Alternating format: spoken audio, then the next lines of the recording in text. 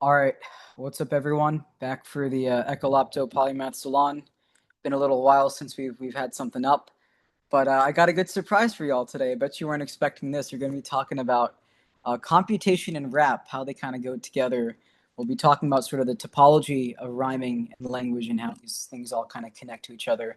And it's sort of in my goal of figuring out how to evolve and drive rap in a different direction by being more informed as to what's computationally happening with language, right? So this is as much about rap as it is about computation, information theory, complex systems, cybernetics, all the stuff that we usually, yap about on the show. And then with me today, I have a community member from the MIT Rap Club and Lupe Fiasco's class at MIT. You want to give an intro, Evan? Sure. I'm Evan Cole. I met Addy in Lupe's class. He came in the day that I happened to be giving the one workshop I gave there on how to analyze a rap rhetorically, to think about whether it's reaching its audience, whether its communicative goal is being achieved. And how did I get into his class? By accident. A friend said he's friendly. I should sit in. And I think it was definitely worth it. I learned so much from his class beyond rap. I thought I'd just be hearing Happy about accident. like music and lyrics, but that I guy was thinking teaches. Hmm? What? I was saying a happy accident. Oh, a happy accident. Yeah, yeah, yeah. Very happy. He teaches like everything, and he just teaches it under the name of rap, but you learn about history, you learn about philosophy, you learn about language and linguistics and mathematics. So it's really an interesting overlap. I'd never thought of all these other possibilities for rap, and here we are. We're going to share what we're learning. So do me a favor, say a bit more exactly about the workshop that you were doing at Lupe's class. Kind of give the audience a rundown of what it was, what the goal was, what you guys were doing. Yeah. So Lupe is developing a theory of rap, and he's approaching it very formally, trying to build up from first principles and thinking how you would model the effectiveness of a rap as you might a diffusion over time. So he uses differentials. He has a whole equation. I don't remember it. I didn't study that part of the class as tightly as I could. But he's worked with a mathematics expert. I believe I don't know. He mentioned her. We can look that up later. So he has this diffusion equation that models how the listener is tracking with, or what he calls twinning, the main, what he calls conceit, like the message, the goal of the rap. And so this looks at over time how different elements of your rap, like your lyrics, your beat, um, how coherent are they? Do they over time reinforce and build a message?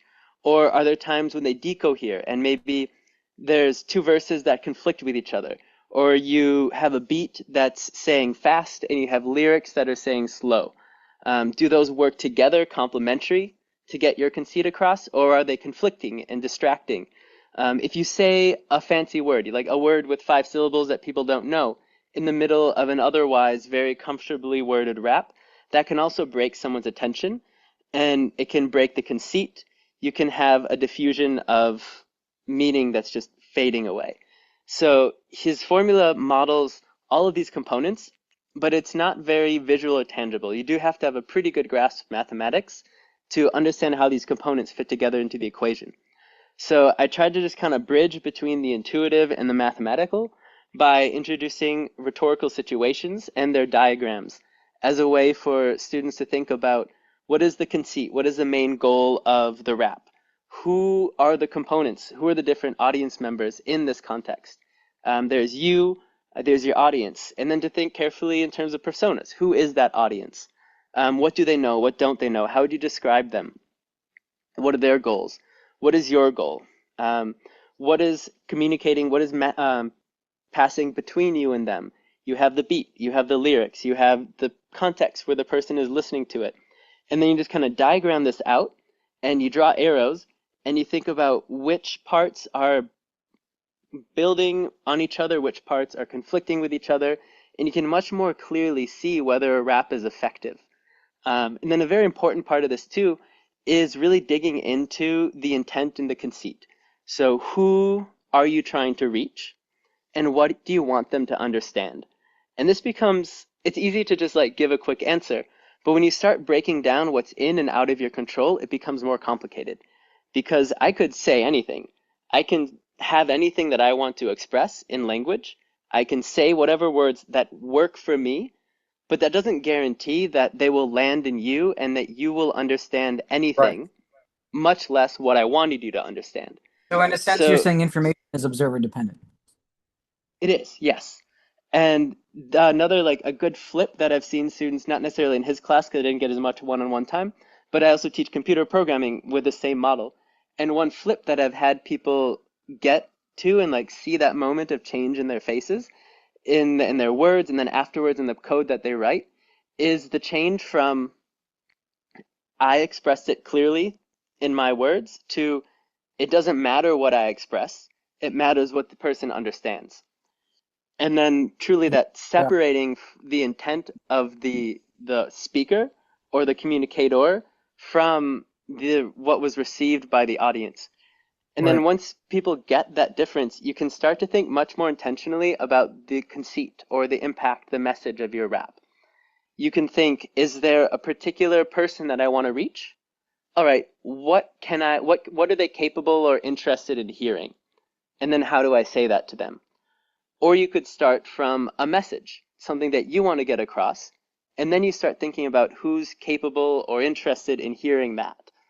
And then you search for and define that audience.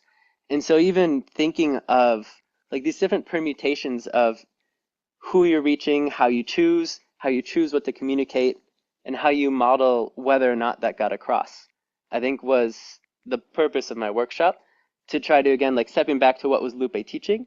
He's teaching his more formal theory of rap, which is model as differential equations. And his differential equation is trying to represent all these relationships over time, but it is harder to approach. It's a little scarier as mathematical notation. So I was trying to just put a more intuitive bridge where you could translate first kind of from your words and thoughts into a rhetorical diagram. Then you can draw parallels between the diagram and the variables in the equation. Well, I mean, so couple points that come to mind, right? Because this was actually, I'm kind of glad I saw the workshop. It was pretty interesting. And one of the things you said just now about sort of communication, and we're talking about observer dependency and all that, is like, look, if in order to effectively communicate something to another observer, another agent, in a sense, you have to sort of understand the way it's interpreting things. Like you sort of see this with, it's very much a part of sales and marketing, therapy. It's very relevant to all those things. And it's like as a salesperson or as a therapist or whatever, you can say things to another person and you may have a distinct meaning to what you're saying, but that does not necessarily mean they're interpreting it in the way that you are. There's some Yes. difference in coordination of minds there. And this is a very big thing in information theory and all this kinds of stuff about like how do you actually know that the observer is seeing things in the way that you want to. This gets into the binding problem of phenomenology and perception of colors and all these things. Like there's a big thing in people who research phenomenology and qualia, and it's that, well, is your perception of red my same perception of red, of color red, right? And how do we even know if that's true? Can we really say yes or no? We can go over sort of the anatomy of the eye and all that kinds of stuff. But then, even if that seems like it's the same, the moment you go into the neurological aspect and the diversity of minds, all of a sudden you start to think, okay, well, yeah, maybe that person's red is indeed slightly different than mine, and yet we can still coordinate our behaviors around that. And that's because Yes. information and perception is sort of this weirdly relative thing. Information is relational, as they say. And it doesn't necessarily matter if our reds are exactly the same, as long as its relation to the other colors is similar enough. Then we can sort of communicate. And then you can draw this over to language and all these other things. And then the other thing about your workshop that was interesting was, when I walked in and I saw it, one of the first things that came to mind is, okay, interesting. You have this all these representations of these aspects of the song that are listed out in words, right? And I thought, how interesting would it be to reverse prompt that, do like a reverse computation on that, and you now have you have the song itself, and these all these different observers are riffing on their interpretations and things that that song is bringing up to them, which is going to be some level subjective, right? If you showed the group that I was with, if you showed the song that they were working on to suburban mom who grew up in the 70s or something, or somebody that even just doesn't know English or whatever, they're going to take some different things from it. There will be convergences, but there could also be a lot of divergences. It's like the auditory illusion thing, right? And what I thought Yeah. was interesting is then let's take all those representations from those set of observers, and then in what way would you be able to actually regenerate the original song? Like, what would I you don't. need from those Oh, sorry. representations to regenerate the song? It was just something that came to mind. I don't know that regenerating the song is what's captured or intended by the Sure. diffusion equation or by the rhetorical model, because what the rhetorical model at least is pulling from is the final end result of your communication. That's a part I Right. didn't mention as much before, but it's the framing around the entire communication exercise is Yeah. what do you want to happen because of your communication.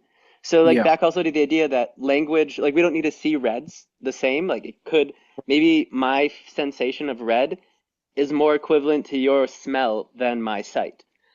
Right. But that doesn't matter as long as we can, like you said, operationally coordinate around the understanding. Yeah. So what I would actually be more curious to see with this, like representing a song as a rhetorical diagram and then translating back, isn't whether or not you can get the exact same song, but whether you can get a different song from the same set of songs Right. that would Right. result in the same response in the user, leading to the Right. same behavior. So it's like a Right. very operational, pragmatic view of, I mean, it doesn't, at this point, it's so abstract. It could be any action, like you said, it could be Sure. marketing. It doesn't necessarily need to be Yeah. rap. Yeah. Exactly. But can you successfully recreate another artifact which Right. results in the same physical or like measurable changes in people's behavior in the world? Because I think Right. these diagrams represent classes of things, not specific songs. Right. Yeah. I mean, this is also true, and I think what you said is definitely good. Um, and one thing I'll add to this is like I think of it as like a perceptual anthropology kind of thing, or a perceptual archaeology. Because I used to think like, okay, when Yeah. you're working as a producer, as a director, right?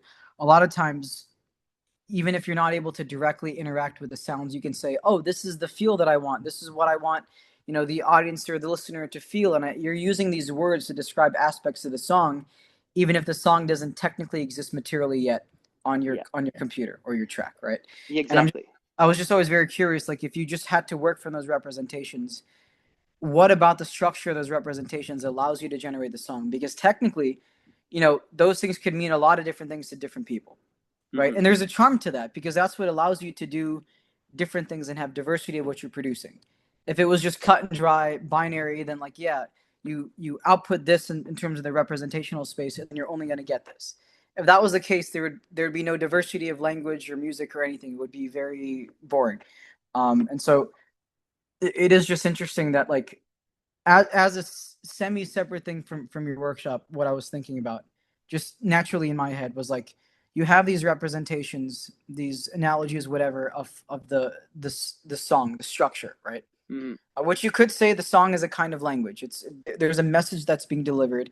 It means these different things to different observers, and then if you coordinate those things and compute them in such a way, you can not only potentially derive the original song structure, reverse that computation, or you can instead use that to generate different things, right? And that is because the things that, at least what I remember from the class, that were being written on those Venn diagrams and everything, could also represent other kinds of songs, right? Yeah. And this is actually something that happens in the production process, is that's where people get new ideas from. So they're like, oh, Mhm. this is an interesting way of describing the song. What if we tried this, right? And you see this. I mean, it's we're limiting it to rap and music, but this is very much relevant to the creative process in general, right? When you're doing anything. So I always thought that was interesting. And then I think now something fun to sort of to move this towards is the stuff we were talking about earlier about auditory illusions and accents.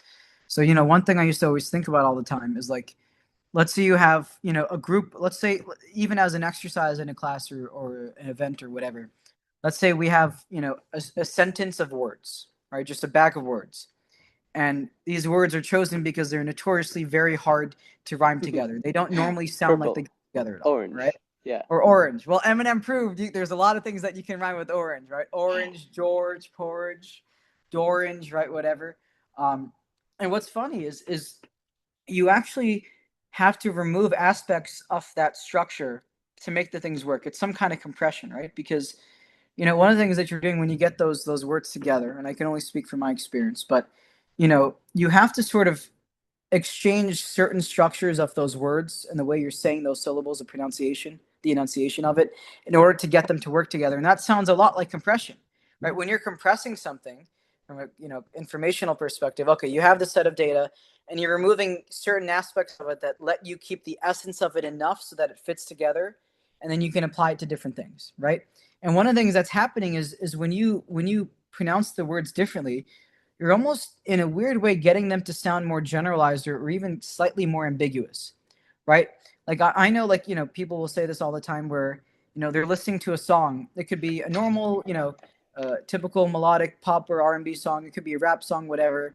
And, if you don't have the lyrics in front of them, you can have very good of an explanation as to why they sound like different words, right? I can't think of a specific example that comes to mind, but this has definitely happened to me countless times, and I know plenty of other people where they'll listen to a song and they thought the person was saying X, Y, Z, but they were actually saying A, B, C. And there's some sort of ambiguity in the sound and the way they were perceiving it that was allowing them to do this. And in fact, I even remember in the end lecture that he did at Stata, is there was a guy next to me that was talking about how he sort of purposely misinterpreted songs, the meaning of songs, what he was hearing. And it's like, I do the same thing. This is actually one of the most enjoyable parts about, watching films, listening to songs, whatever, is that it almost lets you embrace the fact that you can experience it very differently than what the artist originally intended. Like, from what I remember, Christopher Nolan, the director, a lot of times would not tell you what his films are supposed to mean. It's supposed to be in the eye of the beholder, and you can take from it what you want depending on the context of your life and your perception and whatever. And from a rhyming perspective, like, how many words, you have all these different words that don't normally go together. You're finding a way to compress and connect them together. And one of the ways that happens is you're almost getting the words to sound like the other word, right? Like, you're almost trading in an aspect of the identity of one word for the identity of another word to get them to fit together. Right? I don't know if that makes sense to you, but I'm curious what you think. I want to go back first to this friend of yours. Go for it. How intentional was that? Like, he would sit there, and would he watch it multiple times, once one way, one the other, like the rabbit duck illusion, Yeah. and you can just kind of sit there and see one and the other? Is that like how he experiences a song, or is it like this time I'll hear it this way, and he like tries to hear it through? So I guess more clear framing of this question as I figure it out myself as I say it, is this like him intellectually finding other meanings for it as he goes? Or is it Right. at a perceptual level just flipping between, wow, it means that to me, to now it means something else different, just like immediately to me? So, to rephrase what you're saying as I'm understanding it, which is ironically kind of meta about this whole thing. Um, you know, are you saying that in his case, he was, listening to a song, whatever, and was either open, like sort of trying to forget the lyrics and the meaning and keeping himself open to other things that would naturally pop up, or was he literally thinking of a different idea and then looking at it through that lens? Is that Yeah, sort of, kind of like that, except I think you switch the order as I understood what you okay. said. Yeah. So like one is like the you have written down and you've reasoned out, and it's like you are going along, and as every sentence comes up, you are taking the intellectual moment to map it onto your other interpretation. It's like there is a Right. translation phase in his listening where he's taking what they said and like aligning it with his metaphor versus the perceptual instantaneous, it simply is Yeah. something different that you have from like the duck rabbit thing, where he can actually just listen to it and Yeah. hear one thing and then shift and Which one hear up? another. Right. Right. Right. Right. I don't know what it was in his case because I'm not him. But I can speak to what I've done my whole life practically. And this is sort of agnostic to music. This is just literally anything. Like, in fact, one of the things I used to do all the time when I was younger is I would read articles, Wikipedia, whatever, and I would just purposely misinterpret them. Like, I'd have, okay, I here's a really good example. Um, so you can pull up like an article on thermodynamics, right? And I would purposely read it under the context that it's actually talking about perception and cognition. Now, the funny thing is if you take that article, you read it under that lens, that specific thing that you've distinctly set yourself. Um, it just so happens if you read a thermodynamics article from the lens of perception, That's exactly, Carl Friston's work on the free energy principle and active inference. That's exactly what it is, basically. Yes. And if you think of the creative process, it is usually looking at the same thing under a different light, right? I would always say, when I've done keynotes before, it's somewhere up online. I have, there's a branch on the ground, a branch on a tree, a branch in your hand, and a branch in a pit of fire. And the branch is still a branch, right? And yet it means and has very different uses depending on what it's interacting with and what's perceiving Hmm. it and using it, right? It's like the idea that if you have a hammer, everything looks like a nail. So again, I don't know what this particular person was doing during the lecture, but I can definitely say in my case, I've done a bit of both. Where on one hand, I'll have like a specific context sign that I'll read or listen to something under, or I'll just sort of kind of listen to something or read it, not try to think of anything particular and see what other things come in through the floodgates. And both are very important for the creative process for me. And sometimes, like what'll happen is if I'm reading something and I'm stitching on these other contexts to it, if for whatever reason my mind is giving me a problem that day, or sorry, reverse. If I'm just trying to read it and nothing is immediately coming out to me that's like novel and interesting of an interpretation, I'll purposely start to stitch on other things to see if I can get my Mm. mind to let go of the constraints and see it in a different way. Um, and there was actually a song. I mean, there's plenty of songs that do this, but one that comes to mind was "Darkness" by Eminem. I think I told you about this one You did. before. Yeah. And you listen to the song. It's actually one of my favorite Eminem songs. Like I wish he would do this stuff more. And the song is written from two perspectives in one go, and it's him as a performer, him as the Vegas shooter, and he's using language that's generalized and sort of ambiguous enough that you could just as well say it could be either one of those things, right? I listened to it after you told me about it, and what was interesting is it played also on how metaphorical and idiomatic English is, Yeah, because yeah, he's literally talking about being the shooter, but all of the shooting language, because also yeah, like something about American gun culture, so yeah. many of our metaphors or just like idioms are gun related. So he was able Right. to take all of these literally about gun reading of the rap and map them onto metaphorically being a rapper. So I thought that was an interesting piece of it Oh because he yeah, told me about it, how double entendre it was, and I was yeah. surprised how it wasn't ambiguous in the sense that the words have two meanings. It was Right. ambiguous in the sense that the word have their meaning and then they have their cultural usage. Right. Right. Right. Right. Yeah. Yeah. That was pretty interesting. I mean, and then now to what we were saying earlier, if we take this a step further and we look at auditory illusions, like the Green Needle brainstorm thing, like imagine a rap song or even just any song, frankly, that is making use of the phonemes and sounds of words and whatever in such a way that you can literally hear different words, right? And Yeah. literally get two different meanings just by listening to it a certain way. This is not necessarily you imprinting, directly imprinting on different meaning. It's so ambiguous enough that you can literally hear different words. You're not just hearing different meaning, literally hearing different words, right? Now you can, to an extent, this actually already happens, right? Because also one thing we were talking about earlier was like people misinterpret or mishear lyrics all the time. I think this actually does happen a lot in rap because of the way people bend the words and the syllables or whatever. Is like, there's nothing's coming to mind immediately for whatever reason, but there's plenty of occasions in my life at least, and friends that I know where we rapped a song together, and then we looked at the lyrics and you're like, holy shit, this is not what we were saying. These are two completely different things, and it could have sounded like it could have been either or, right? And so that's actually why, like, in regards to the creative thing, I never like to look at the lyrics of a song because I also wanted to open myself up to that channel of experience and be like, huh, not only can I get a different meaning, but I can literally get a different sound from it, right? You don't quite get it as much with the a string guitar key melody or the drumming for sure. You don't usually get that as much. But word wise, you can. This definitely seems to happen more often. I mean, I if you go online and wonder, look it up, go ahead. I'm gonna wonder a little bit more though if Yeah, we as Westerners yeah, don't get as much out of instrumental music because our language isn't tonal.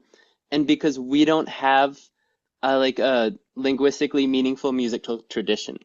Some musical Interesting. traditions are actually communicative and do have a syntax and a grammar and are used like drums to communicate long distances between villages. And I wouldn't be surprised if someone coming from one of those cultures or coming from a tonal culture can hear more out of like meaning out of a melody in a way that we can't. And to them, perhaps drums, guitars, notes on a piano, and the overtones of those notes could mean more, I like I like having this. layers of ambiguous meaning. Say more. I'm digging this. Say more. Oh, that's about the thought as far as I had it at that point. But it's the patterns you're trained to see in the forms that you're trained to, or like trained, raised, the medium that you're exposed to, and the Right. water that you grew up in. What is salient? Right. And you draw your attention to what's salient, and you learn to find deeper patterns and more intuitively pick up.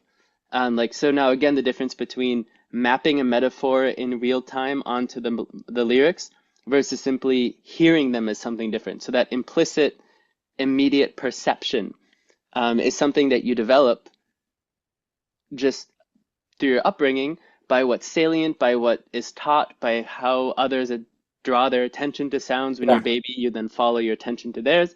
And so if you grow up in a sense in a world where the sound and the intonation of the sound of a drum Right. has very salient meaning to Yeah. Yeah. Yeah. coordination. Like you're going to hear it as meaning in a way that Western culture Yeah. doesn't treat music. We have this very distinct, there is music of notes and there is music of words, and music Yeah. of the notes speak to the soul, but they don't convey concrete meaning. Oh, I just don't know that that's a universal. So this is interesting, and it's quite an insight you've brought up. I mean, this would be a very cool thing to run a study on, actually. This would be a very cool thing to run a study on because, I mean, I don't know. Maybe someone's already studied this or they've done enough that we can make a conclusion from it or something. But this would be very interesting because I think you're onto something because yeah, like at least with English in the West is it's not really a tonal language. So I wonder if people who did, were sort of trained on tonal languages, and maybe there's even a difference between people that learned it as their main tongue or very Mm, early on in their life versus people that sort of learned it later on in a later. different way, would be able to pick up on these different signals, right? Because I think we would probably find that what you're saying is true. That's my There's there's like I'm 10 years behind in my neuroscience, so the last time I really studied it. But so like correct me if this is out of date, but I do remember learning that as much as we believe right brain, left brain, whatever, the cortical mapping tends to be, if I remember, consistent enough that we can say, I think it was right hand, the right side of the brain handles more so the prosody of speech, and the left hand more so the grammar, syntax, and vocabulary. right. And so it's interesting that those two are brought together. Yeah. And so it's just, I'm wondering now if so prosody, if anyone doesn't know, it's the intonation. It's Right. everything about language that isn't necessarily the articulated syllables. So it's the musicality of it, it's the expression, Yeah. it's what allows you to hear the same sentence or word from someone and know that they're angry versus sad, versus Right. frustrated versus bored. So like prosody, the musicality, the expression of the voice of the sound is handled separately from the actual grammar and syntax and vocabulary if I'm still remember, if that's still true. I don't know how Yeah. research has landed on that now. And so I wonder if there isn't just like now grandstand theorizing two tracks of meaning communication that some cultures favor differently. So a non-tonal language has just biased the language aspect of speech, and a tonal language maybe has a more balance as to which side of speech, prosody, or language conveys not just expression but like structured, definable meaning. And so I just Right. wonder if you couldn't grow up where the prosody is your main dense medium of communication, and the language is actually the accentuation of emotion and Right. context. I mean, how could we, one thing that comes to mind is how can we design a song that would have that kind of interaction for people that only know English, that grew up in the West, that don't necessarily have that same thing of learning a tonal language?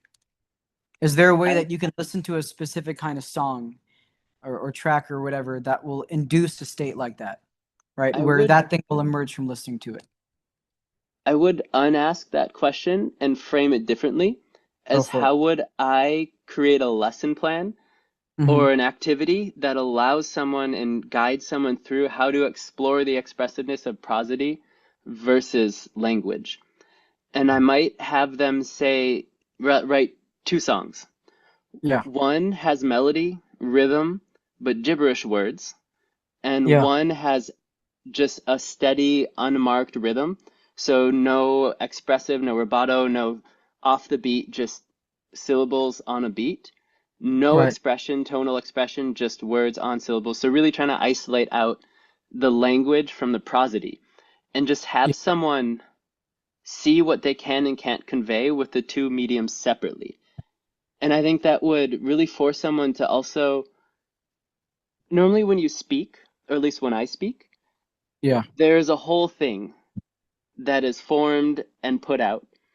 And because I'm not a singer, I'm not a rapper, I don't break them apart and think, how can I use those in contrast? How can my words be angry while my tone is soft? And how does that Right. get something else across? So Right. rather than like, what would I do as a study to think about whether you can or cannot build that song, I'd first think, how would I get someone or even myself Yeah. to like feel implicitly the strengths and limitations of these different medium, and then from that starting point, once there's a feel for it, then see what they can do with it. This would be a hell of a workshop. Let's do it. Yeah. And in fact, actually, I don't know what the club's thoughts are on this, but we could probably do a hackathon on this, a research hackathon for a weekend on this. I could That'd be definitely get cool. funding, book a room, whatever, and get food, drinks, whatever we need, and just lock people in there for a weekend. Not even a normal Friday to Sunday thing, but even probably just 2 days might even be more than enough to Oh, sort and of. we would need to, or could, bring in like Berkeley or the Northeast Conservatory and Yes. pair people up, a musician and a programmer. Yeah. All right, we're gonna note this. This is something we should try. We should Okay. try this. We should actually try this. Let me let me check my schedule. Let me see.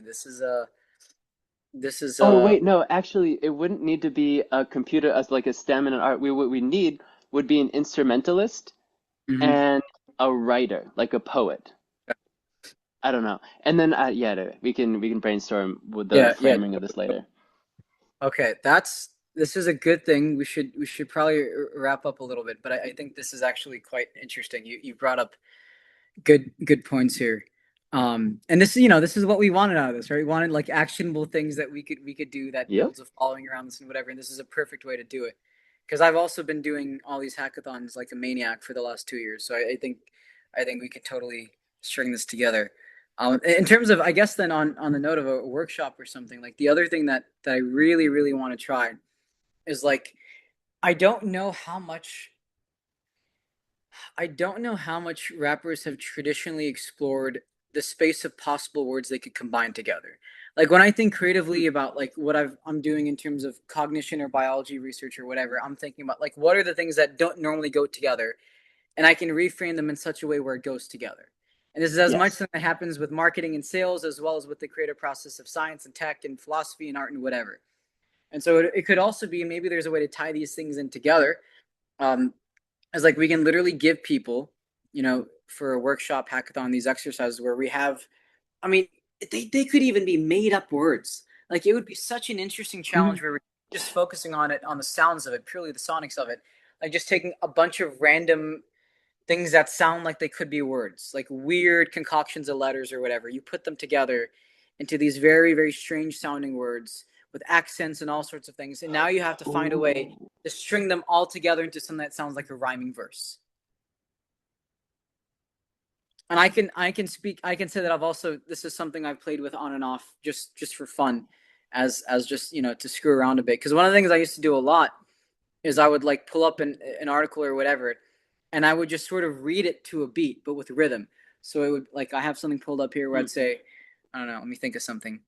Oh, here we go. Here's a good one. Consciousness actually consists of the like. Do you notice how I'm saying consciousness actually consists of, right? If you just say consciousness actually consists of, it doesn't normally go like that. But you bend them in a certain way, and it's going to sound like that. The visual stream, a shape, colors, Oh, and words, damn. an inner voice running alongside, whatever. You get what I'm saying. Yeah, yeah, Um, yeah. You just gave me, hold on, sorry. You gave me a really cool idea.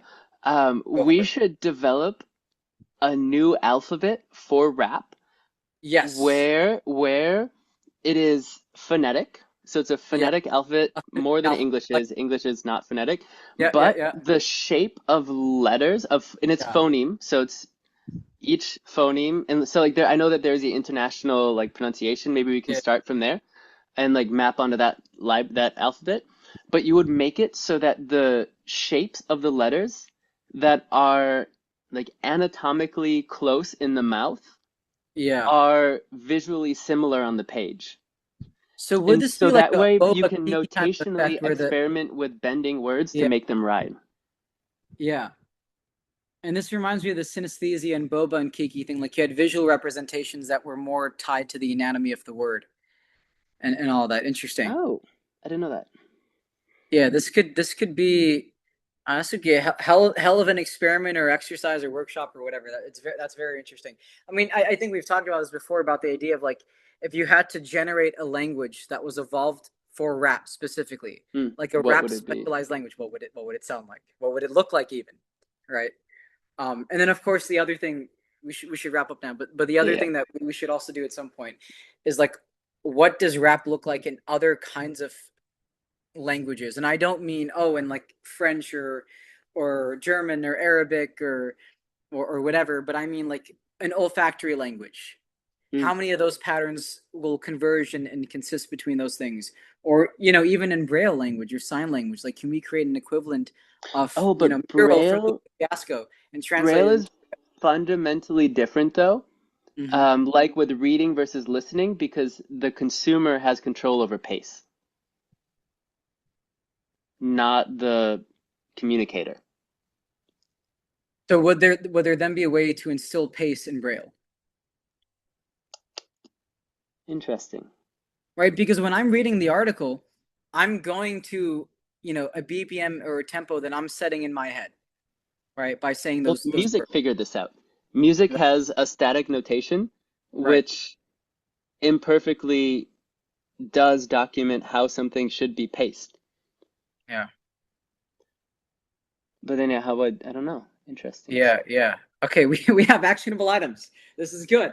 This is what we wanted. Okay. Okay, this is good. Good session.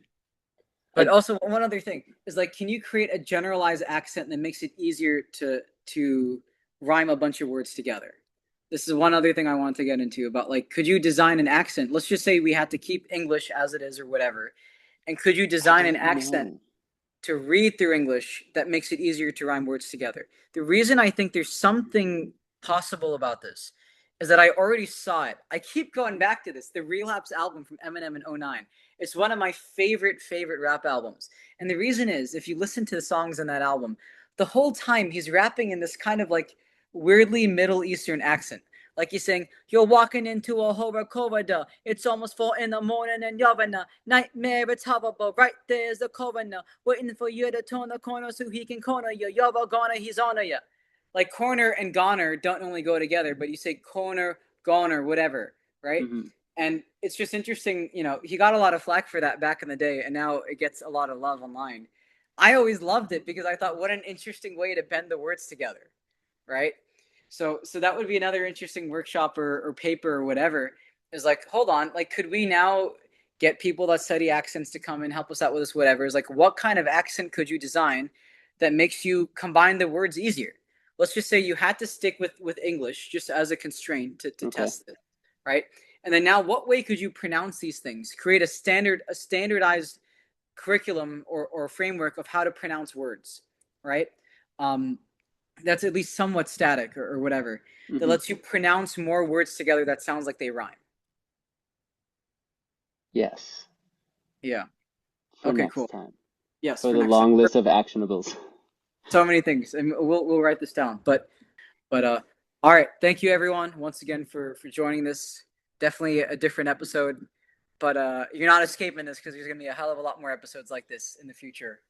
You're gonna see a lot more of this. So if you want to follow what we're doing, you already know how to find all my social media and everything. Evan, what's a good place for people to find what you're up to? Yeah, I guess my website, Evan Cole, EVANCOLE.be. It's the best Okay. place. I don't have many socials, and then I'm on GitHub a lot. Well, if you want to follow the Rap Club, I'm pretty sure they have an Instagram, and we'll link that in the description. But thanks again, everyone, for tuning in, and we'll see you next time.